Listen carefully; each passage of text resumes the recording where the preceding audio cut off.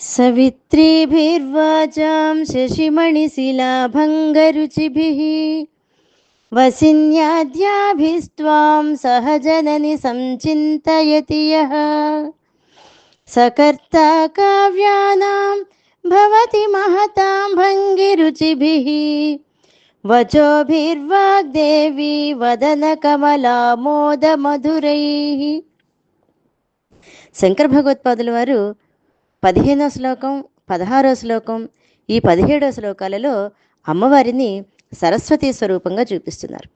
ఇక్కడ ఈ శ్లోకంలో అమ్మవారితో చెప్తూ, అమ్మ, ఎవరైతే నిన్ను వాక్కులకు తల్లులైనటువంటి వసిన్యాది వాగ్దేవతల రూపంలో నిన్ను భావన చేస్తూ ఉపాసిస్తారో అటువంటి వ్యక్తులు గొప్ప గొప్ప మహాకవులైనటువంటి వాల్మీకి కాళిదాసుల వలె గొప్ప గొప్ప కవితా రీతులని సుందరమైనటువంటి సరస్వతీదేవి ముఖపద్మవాసనలచే మధురం లేనటువంటి గొప్ప వాక్కులతో కావ్యాలను రచించడానికి సమర్థుడవుతాడు అని చెప్తూ ఈ శ్లోకంలో కూడా సారస్వత ప్రయోగం అంటే సరస్వతీదేవికి సంబంధించినటువంటి విషయాలే చెప్పబడ్డాయి.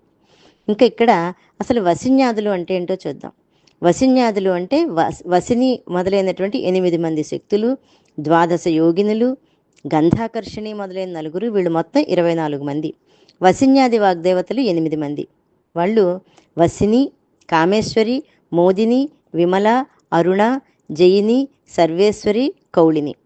లలితా పరమేశ్వరి వీళ్ళని ఆజ్ఞాపించి తన సహస్రనామాలని వీరిచే రచింపజేసిందని లలితా సహస్రనామం యొక్క పూర్వపీఠికలో మనకు తెలుసుకుందాం. ఇంకా 12 యోగినులు అంటే 12 మంది యోగినులు. ఇవి మనకి విద్యాయోగిని, రేచికాయోగిని, మోచికాయోగిని, అమృతాయోగిని, దీపికాయోగిని, జ్ఞానయోగిని, ఆప్యాయిని యోగిని, వ్యాపిని యోగిని, మేధాయోగిని, వ్యోమరూపాయోగిని, సిద్ధరూపాయోగిని, లక్ష్మీ యోగిని అనేటువంటి 12 మంది. ఈ ఒక్కొక్క యోగినుల యొక్క నామాన్ని బట్టి అందులో గొప్ప గొప్ప విషయాలు చెప్పబడ్డాయి. ఇంకా ఆ నామాల యొక్క విశ్లేషణకు వెళ్ళటం లేదు. ఇంకా వసిన్యాదులు 8 మంది, 12 యోగినులు, వసిన్యాదులు 8 మంది, మొత్తం 20 మంది, 20 కళలు. ఇవి శుద్ధ స్ఫటికం వలె ఉంటాయి. వీటిని శ్రీచక్రంలో దశారద్వయ కోణాల్లో ధ్యానించాలి. దశారద్వయము అంటే 20. ఆ 20 కోణాల్లో పై 20 మంది ఉంటారు, వాళ్ళని ధ్యానించాలి. అక్కడికి 20 అయిపోయిన తర్వాత ఇంకొక 4, అవి గంధాకర్షిణి, రసాకర్షిణి, రూపాకర్షిణి, స్పర్శాకర్షిణి. వీటిని ఈ శ్రీచక్రంలో 4 ద్వారాల్లోనూ వీళ్ళు ఉంటారు. శ్రీదేవికి అమ్మవారికి మాతృకావర్ణ రూపిణి అని లలితా సహస్రనామంలో ఒక నామం ఉంది. అంటే శ్రీదేవి 50 వర్ణాత్మిక అంటే 50 అక్షరాలు కలది అనే అర్థంలో కూడా చెప్తారు. సమస్త భాషలకి జననైనటువంటి సంస్కృత భాషలో అక్షరాలు చూస్తే 50 అక్షరాలు చెప్తారు. ఈ 50 అక్షరాలు అకారం నుండి లకారం వరకు ఉండేటువంటి 50 అక్షరాలు. అంటే మొదటి నుండి మనం వాగ్దేవి స్వరూపంగా అమ్మవారిని చూస్తున్నాం. ఆ వాక్కులు అంటే ఏమిటో ఇక్కడ చూస్తాం.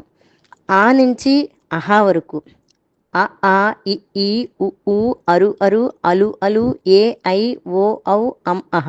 వీటిని 16 అక్షరాలని, ఈ 16 అక్షరాలకి అధిదేవత వసిని. అలాగే కవర్గ అంటే కఖగ ఘంగ, వాటికి కామేశ్వరీదేవి అధిదేవత. వర్గము అంటే 5 అక్షరాల యొక్క కలయికని చవర్గము అంటారు. ఛజన్య, దీనికి మోదినీదేవి అధిదేవత. టవర్గకి విమలాదేవి, తవర్గకి అరుణాదేవి, పవర్గ అంటే పాపాభామ. వీటికి ఈ 5 అక్షరాలకి జయినీదేవి అధిదేవత. యవర్గము అంటే యారాలావ, 4 అక్షరాలకి సర్వేశ్వరి. షవర్గము అంటే శ ఈ 5 అక్షరాలకి కౌళిని. మొత్తం 50 అక్షరాలు. ఈ అష్టవర్గలనే మాతృకలు అని కూడా అంటారు. ఈ విధంగా వసిన్యాది అష్టశక్తులతోనూ, 12 యోగినులతోనూ, గంధాకర్షణి లాంటి 4తోనూ మాతృకారూపధారిణైనటువంటి అమ్మవారిని ధ్యానిస్తే గొప్ప గొప్ప కావ్యాలు రచించేటువంటి శక్తి కలుగుతుంది అని చెప్తూ ఈ శ్లోకాన్ని, ఈ సౌందర్యలహరిని చదవడానికిట ఎంతో సుకృతం ఉండాలని చెప్తూ, పూర్వజన్మ సుకృతాల వల్లనే కవితా రచనకు కారణమైనటువంటి ప్రతిభ లభిస్తుంది. కవిత్వం రచించేటువంటి ప్రతిభ ఉన్నా ఆ కవిత రచనకు సరైనటువంటి వాక్ప్రసారం సాధారణంగా తక్కువగా ఉంటుంది. అటువంటి వాక్ప్రసారం ఉన్న కావ్యం రచించడం ఇంకా కష్టం. కావ్య రచనా శక్తి ఉన్నా తగిన వర్ణనలతో మహాకావ్యాన్ని రచించడం అంతకంటే దుర్లభం. సహృదయుల అందరి హృదయాలకు ఆహ్లాదాన్ని ఇచ్చేటువంటి గొప్ప రచన కేవలము అమ్మవారి ధ్యానం వల్లనే లభిస్తుంది అనేటువంటి విషయం గమనించాలి. అమ్మవారితో సమంగా ఇష్టార్థములను ఇచ్చేటువంటి దేవత లభించదని భావం.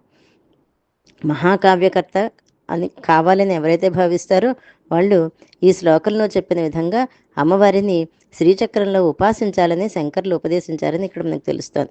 ఈ శ్లోకాన్ని పారాయణ చేసినట్లయితే సాధకుడు గొప్ప కళాకోవిదుడు అవుతాడు. ఓం శ్రీమాత్రే నమః.